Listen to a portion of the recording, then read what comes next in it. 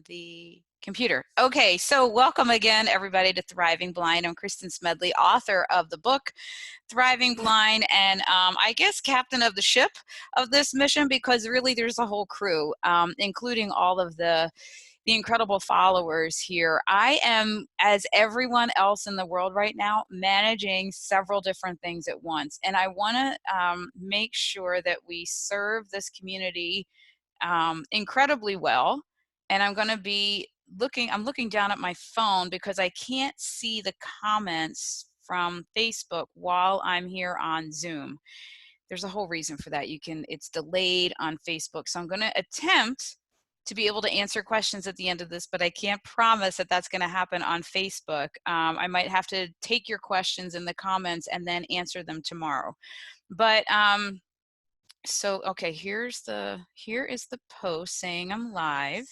I'm going to turn myself down on the phone, and then I'll try to look and see if comments pop up on my phone. So here's what I wanted to do. I titled this my top 3 tips for today. It's a lot of T's to manage as best we can in this the whole world is in the pandemic crisis, right? There's a lot of us in an education potential crisis. And I say potential because this is not to start pressing panic buttons. Look, my panic buttons were pressed last week last week's goal was keeping my family safe and healthy. And what do I need to do for that? And plan ahead. And so many people hit my panic buttons that I crashed multiple times last week and had to really start tuning into all of the tools of resilience that my friend Mary Fran and I teach. And I went to a lot of my resilience mentors to really take a step back and say, what is happening with me? How can I prepare my family for this better without getting my panic buttons hit? I set up boundaries. I did all the things that I do when there's toxic people in my world. It's a toxic situation, and I had to set up all those boundaries. So last week was all about how to map out keeping my family safe. I mean, I say I'm a single mom with full-time care of my kids, but I have a huge network of people and a village and a tribe that is amazing. It's just, I say to rely on your tribe all the time and build a team. Never in my life has my entire tribe and team also been in the crisis too. So that was quite the learning experience last week. And I realized, of course, I didn't realize until the end of the week, I couldn't figure out what my problem was. I was having another mini meltdown on Sunday. And it was because of all of that. The tribe that I can call, they were also managing, and we were all trying to manage and not panic. So that's what I am going to try to help you avoid in terms of education. Now that I have that out of the way, and we all got everybody for the most part, we know how to stay safe, we're going to follow instructions and all of that, minimize our news exposure, and just know the facts and follow them. Okay, now in terms of education, I sent out that post last night from the American Foundation of the Blind. Not to press any panic buttons. That's what I was saying with the post. I wanted everybody to read it through, get educated on what's happening, who's out there fighting for our kids, and let's step through it this week to make sure that our blind and visually impaired kids / workers that are stuck at home now, because they can learn from this also, the adults that are working, how we can manage this in a way that we come out brilliant, not broken, and not really about us, our kids, because you guys, they are watching. They're watching everything we do, how to handle this crisis. If you're calling the school and screaming and yelling, that is not teaching your kids good advocacy strategies, right? And believe me, I fully understand wanting to call and scream and yell because I've been there like 20 years ago and it didn't work. It didn't work. So here's what I would suggest for my top 3 for today. And I would like to come on. It's going to be sporadic times because of all of the other hats that I wear. And I'm managing multiple colleagues, multiple interviews, multiple platforms. So this is going to be sporadic. That's why I'm recording, and I will publish things at the same time every day and on the same platforms like my YouTube channel, utilize everything I have to keep all of this information together so that you can find it. So here's what I wanted to dive into for today, just to set the stage to make this productive and brilliant and not falling apart. First of all, contact your IEP team. If you're all of our kids are moving into the online platforms now, right? Every kid and I should also say that this is the United States that I'm focusing on. I do not have the information of education systems in the other countries. I've heard a lot of things and talked to people in my global network about education things in other countries, but I will not stand here as an expert about other countries. I am specifically talking about the United States. And that being said, my experience is mostly in the state of Pennsylvania. I was in Illinois for 6 years. I know a lot about that system, but that was a long time ago. So in no way am I any kind of expert pretty much anywhere other than Pennsylvania and Bucks County. So take what I say as suggestion. It might not transfer in your state. And I will, well, no, I'm not going to get negative. I'm not going to get negative. I'm just going to say, Tennessee, I'm praying for you for lots of reasons. And I'll connect with my Tennessee folks later. So anyway, here in Pennsylvania, here's what I did. I contacted my Mitchell's IEP team. He is a junior in high school. I said to him when I went to contact them, typically at this point, and if you all have been following our journey, you know that my boys by junior year are almost fully running IEP meetings, contacting teachers and teams, and all of that on their own. And I'm just copied, and I sit and take notes in meetings, and I drink coffee. It's pretty cool, right? And I have all the steps lined up to how that came to be from early elementary school. In a crisis like this, however, I said to Mitch, I need to take the reins. I need you to watch, and you'll be copied on everything. And you and I are going to have conversations about this. But in a crisis like this, Mitchell does not know how to handle a crisis. I have to step in and take the reins. He's a junior in high school. Michael is handling it on his own. We already butt heads on it this morning about who handles what. But for Mitch, yes, I'm taking the reins today, this week as his mom. End of story. Okay. So I reached out by email so it's documented. And plus there are so many things happening in all of our homes with all kinds of things. Having a phone conversation is not what I would suggest. It doesn't work for my brain right now because there's too much to remember. And did I say this? Did I say that? I sent an email. Also, the tone of my email is, hey, we are a team. We are in an unprecedented situation. So you leave it open for, I am going to have patience, which is my number 2 tip. A ton of patience. But say it in a way that, yes, I'm going to be patient, but I am not going to be a pushover. We have these things that we have to accomplish, and I am here for you. I want my child to be speaking up. Here are the things that I know right off the bat that are going to be a challenge with doing online learning: math, the tactiles in physics, those kinds of things. Anything that's tactile braille, they're going to be a challenge. So maybe that's the starting point. But I gave here's what I know after I said, I thank you all for everything that you have to manage right now in an unprecedented situation. I also said something along the lines of, I realized that nobody could be prepared for this. And I even went further because a lot of times the tone of your email and text and anything you write can be completely misconstrued, right? Because people hear the story that they want to hear in their own dialect. What is the word? I wrote a book and I don't know words very well. That's because I always rely on Mary Fran to do it. But anyway, so that's my partner in Brilliantly Resilient. So I explained in parentheses, I am sending this with a tone of team player, not judgment at all. Let's just figure this out together, okay? I know that school districts get worried about legal stuff, and I know parents get worried about, misconstrued and legal stuff. Let's just stop. Let's just stop with all the legal stuff and go in there and say, we are a team. Let's put this together right. And then I said, here are the subjects that I can foresee we're going to have some glitches, because honestly, a lot of them, if it's an English class and they're in the Zoom room or whatever, or if it's Canvas or whatever platform, as long as that is accessible, that Mitch can get in and hear the presentation as if the teacher was standing in the classroom, there's not a lot what can you argue about as long as they can get in and access? Okay, I've said things like Canvas, Zoom. These are all platforms that our school district is looking at to use.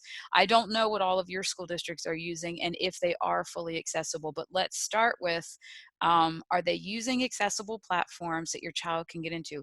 And it actually falls right into my tip number 3. They're kind of all mixed into one pot, because I understand that IDEA and No Child Left Behind and all of our laws say that you have to make it accessible. For right now, and I want everything accessible, and I do not want that thing where they're trying to eliminate IDEA and get around it at this point, because that will snowball and be a disaster. I'm just saying that in the meantime, while we're figuring it all out, if the only platform that your school district knows is, I don't know, I don't know of a platform that isn't accessible. Say it's Bloom. Say it's called Bloom. I don't know what the platforms are. Say there's a platform that isn't accessible for your child to navigate on their own to get into the live presentation or recorded thing or whatever. We got to sit next to our kids here for these next couple of weeks as much as there's an opportunity to, or designate somebody that can do that. If you are one of those workers that has to be out in the field right now, and actually you guys should get in touch with me and let's do a separate call about that. Let's make this mostly for all the people that we are all in the same house together, right? We have to step in and be next to our blind and visually impaired kids, our special needs learners, anybody that are younger learners that don't know how to click into all of this just yet, and have a healthy dose of patience to help them through a lot of this and get them into these platforms and onto the online things where they're doing the learning. Um, what I would say is keep an incredibly detailed log right next to your computer, phone, wherever you're working, your child is working, of all the things that worked and didn't work. And here's why I say worked and didn't work. So many times we want to make a list of, oh, that was inaccessible, that was inaccessible, that didn't work, that we never got that paper, we didn't get that, blah, blah, blah, blah. But what about the stuff that did work? So if we're just going back at the IEP team saying you did all these things that didn't work, not as helpful, right? If we come in, because my point is that afterwards, when we get through this and they're back in the classrooms and we have to evaluate because schools, I would imagine, although there's a lot of districts in this country I have no faith in, but for the ones I do still have faith in, that they are going to sit down and create a team of folks that say, okay, should there be another crisis? Should this happen? Or how can we move to online? Um, uh, this is a plan. These are the fundamentals that should be in place. And how wonderful if we can then, as a proactive parent that is a team player, send to that district and say, here's the great stuff that worked that you did right. Make sure this is in the plan to happen again, should this ever happen again. Here's the stuff we need to tweak that did not work for this type of learner, right? You see the difference there? And then people want to hear what you have to say. If you're just constantly the one that is saying this didn't work, blah, blah, hasn't worked for 20 years, you guys don't know what you're doing, it tends to put up that wall that then they don't want to work with you. And look, I say this with all the love and all the patience and all of the gray hair that has come about in 20 years of being in the American education system with blind kids. So much of it sucks. I'm there. I get it. I totally get it. But just saying it sucks and this stuff is inaccessible isn't going to move your kid forward. And the goal is to level the playing field. The goal is not that they can still keep super achieving and have all these other things in place. The goal, especially now in a crisis, and the goal is always to level the playing field for the blind and the sighted in the classroom. Everybody with the same or similar access being able to get the same information. It's up to your child what they're going to do with it. Now, if your child also is one of those that, like one of mine that shall remain nameless in my house, that is like doing the jig, that there's YouTube videos and all this other stuff that is like his or her type of dream situation, that nobody is hounding them of when to do the learning. Time management, you got a kiddo with time management issues, that's a time management issue. I'm just talking about accessible information being provided by the school district to our blind and visually impaired kids. Oh, hey, Dan. Dan Peterson is on. How are you? I could see some of the comments on my phone. I don't know if I'm going to be able to see all of them. So at any rate, so we want to level the playing field. We want accessibility. We have to have a massive, massive, heaping dose of patience over the next week, 2 weeks, 3 weeks as we go into this. Again, that is not to say that you are going to be the pushover parent that, okay, if the school district gives you one of the subject areas is accessible, gee, thank you, I'm so grateful, we're going to, that's okay then. No, all the information has to be accessible. What I'm just trying to point out is that it's not necessarily going to happen as soon as everybody clicks, oh, we got a notification from the teachers, we're starting school at 9 o'clock in the morning and we're going to be on till 2:30 and everything is going to go smoothly. Things aren't going smoothly for the sighted kids. Things aren't going smoothly for my businesses, my nonprofit. I mean, everything is upside down and inside out, and we're all just trying to figure it out at the same time. So everyone needs patience. And to be perfectly honest, I mean, there's it has taken everything in me to not respond to some of the wackadoodles that I happen to see online, because I'm in groups with fun, inspiring, wonderful people, and people that I have to be in groups with because of different community organizations and schools and what. And then of course you get the token goofball that says, well, how come your kid got an email from a teacher and my kid hasn't gotten an email from a teacher? Like, okay, everybody just hit the brakes on freaking out. All right. If ever I've seen school districts working to make things right for their kids, it's now. I mean, and that's just not just my school district. I know a lot of teachers, especially here on Facebook. I happen to be hooked in with a lot of teachers, and people are working themselves silly to make this all work out. So let's go into this, like I said, with patience. Let's be in this knowing that in order for our kids to have success at this point, we got to do some sitting next to them or have somebody that can be there with them to help them gain the online access that they need. And then we do everything we can to help our team, our IEP team, make the things accessible that need to be accessible.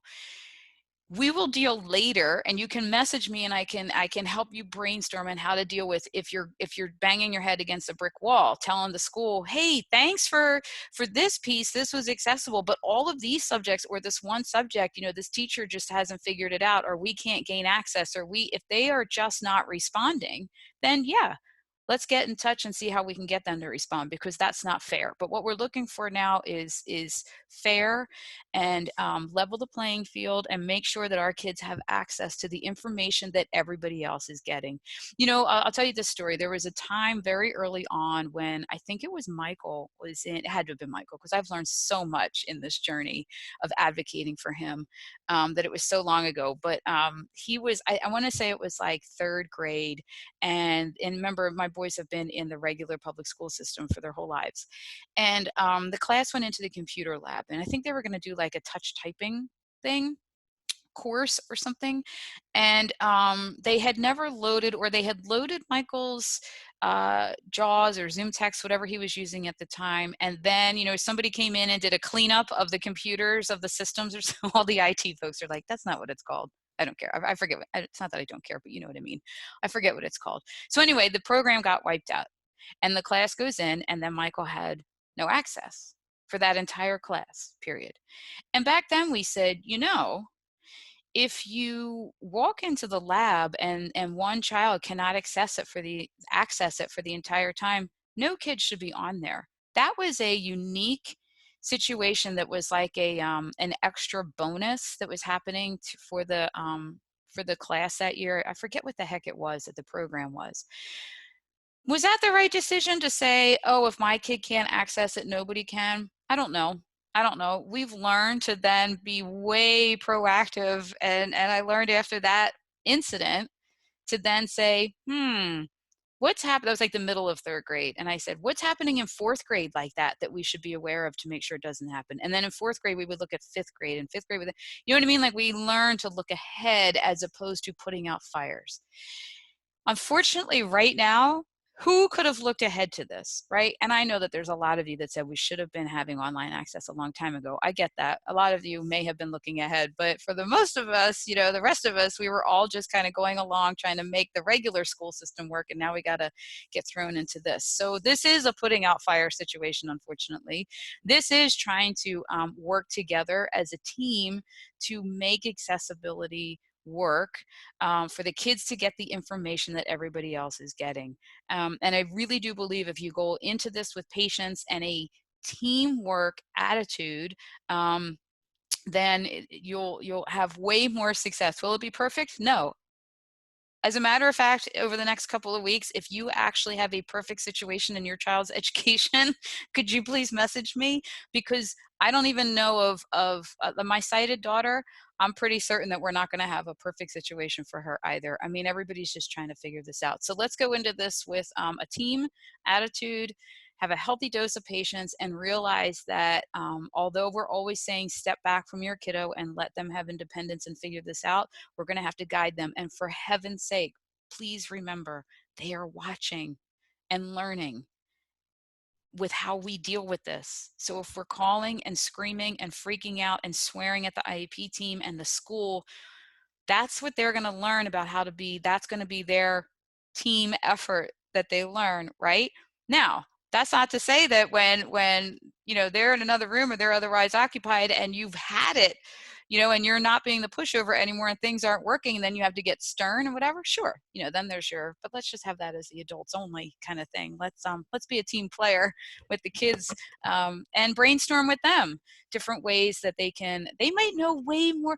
My boys know way more resources than I've been able to keep up with. I mean, they have all. I asked Mitch. Remember, Mitch, I love him dearly. He is one of the greatest kids you could ever meet, but he can tip in the slacker zone if you're not watching. You know, he's very happy to have a staff doing stuff for him as opposed to him doing it. But when he came to me today, when I checked in with him and I said, where are we at with these different classes? Da, da, da, he's like, this one I can use this program. This one I think this is going to work. He had it all figured out except for the one, oh, I can't remember the program for computer science that is on a laptop that is still at school, because he doesn't bring that laptop back and forth, and it has one of the programs on it that he needs. So we have to figure out how to go get that one, because it's a program that we can't access here at home. But anyway, so your kids may have involved them in the problem solving here. It's very empowering, and boy, talk about learning about advocacy if your kids are involved in solving the issues that come up. And of course, that's, you know, age appropriate, how that's going to work. So let's also end this with some resources. So hopefully you were able to see today that we shared that Freedom Scientific is offering free licenses for JAWS. Now, here's what's interesting. Here's this cool thing about, you know, being a team player at the IEP team. I had seen just yesterday that Freedom Scientific was offering free licenses for college students, because, you know, we're like, Michael is stuck. We had no idea he wasn't going back. So a lot of his gear and stuff is still at school. And so many college kids are in that situation. So Freedom Scientific had initially said, hey, college kids, you can have a free license at home. Then when I was, you know, having conversations with the IEP team, the teacher of the visually impaired for Mitchell reached out to me last night. She said, hey, Kristen, by the way, you know, as we're talking about all of Mitchell's equipment and stuff in his JAWS program, did you see Freedom Scientific has free licenses? And I initially went to respond and say, yeah, but that's for college. What does that do for Mitch? And I thought, let me just go double check before I fire back and say, yes, all that doesn't work. Let me go back and double check. And sure enough, they had come out with that announcement saying everybody. So I was so grateful that she tipped me off to that, because I had no idea it was for everybody. Now we shared that. So that's for, you know, people that are in an office that have installed JAWS on their work computer and have a home laptop that doesn't have JAWS. They can use it too. So that's one super cool resource. If you don't know about JAWS yet, if you have a young blind or visually impaired child at home and hasn't gotten into the computers and all, please go look it up. Maybe even download it and start playing around with it so you can see what screen readers are and how they work. Very good learning opportunity for you.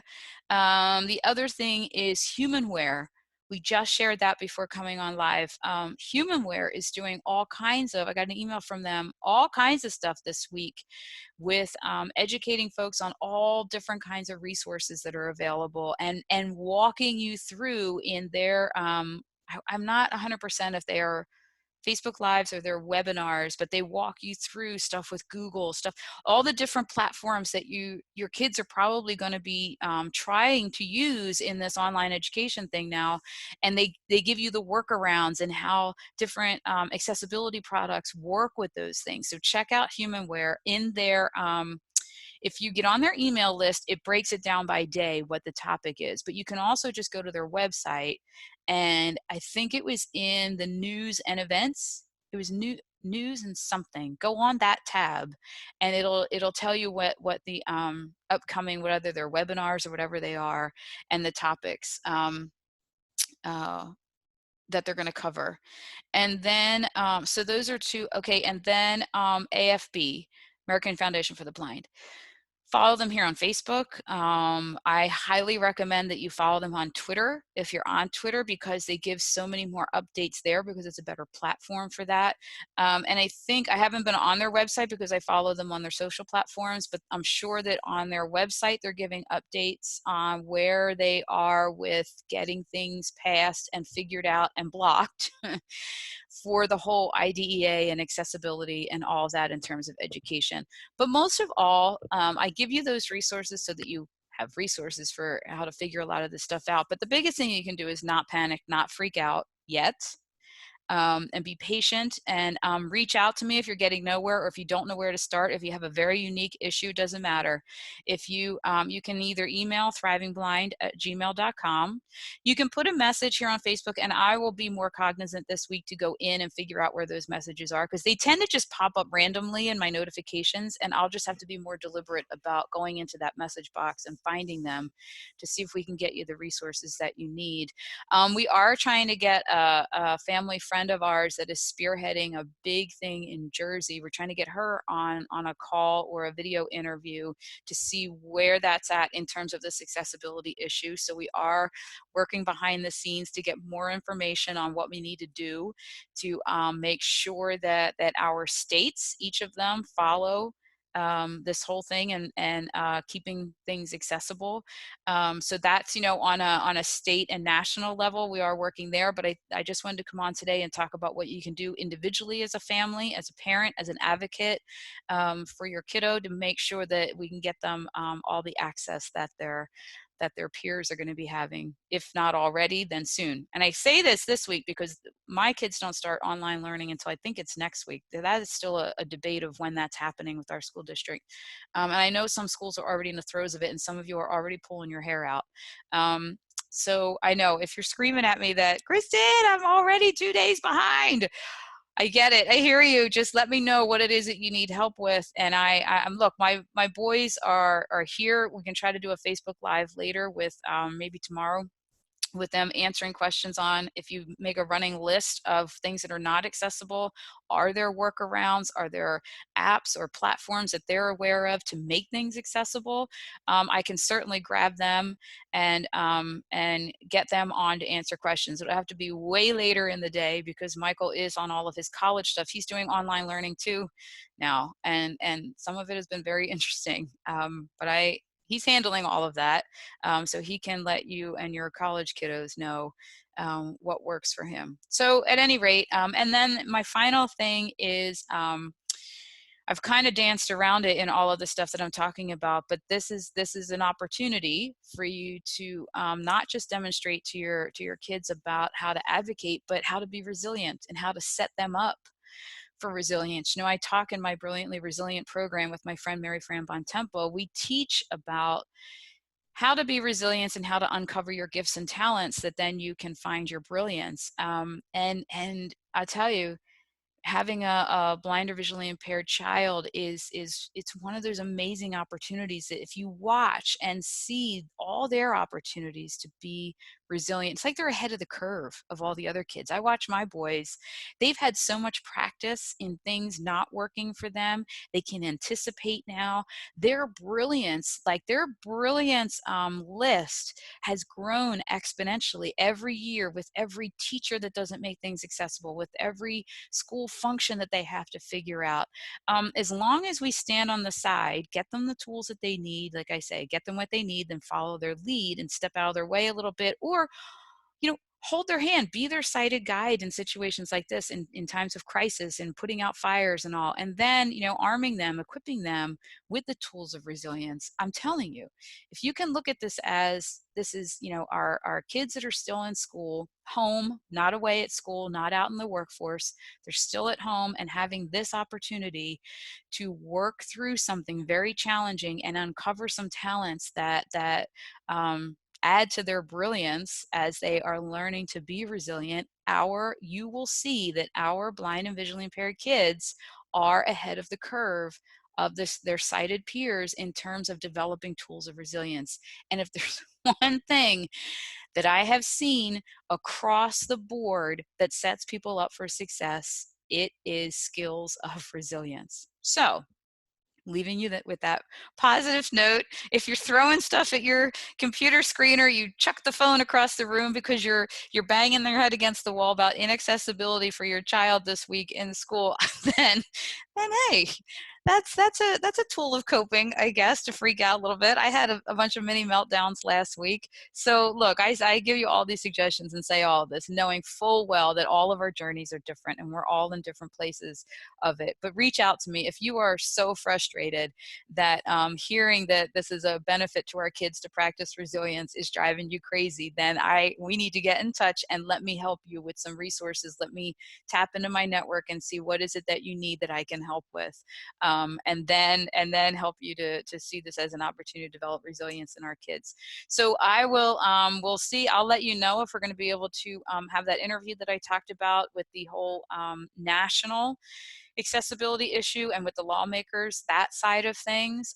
Watch tomorrow. I'll come on with my next round of tips as we're learning all this and seeing what's working and isn't working. And as I hear from all of you you let me know what things you need to know, what isn't working, what is working. If certain states have things set up better, or certain districts have things that are working really well, let me know. And if you need people to intervene in your state or your district on your behalf or along with you, let me know that too. So, everyone keeps using the hashtag, we're all in this together, but we really are all in this together. And it's an opportunity to work together to make sure that all this works. So good luck, everybody. Stay safe, be well, and we'll check in again a little later. See ya.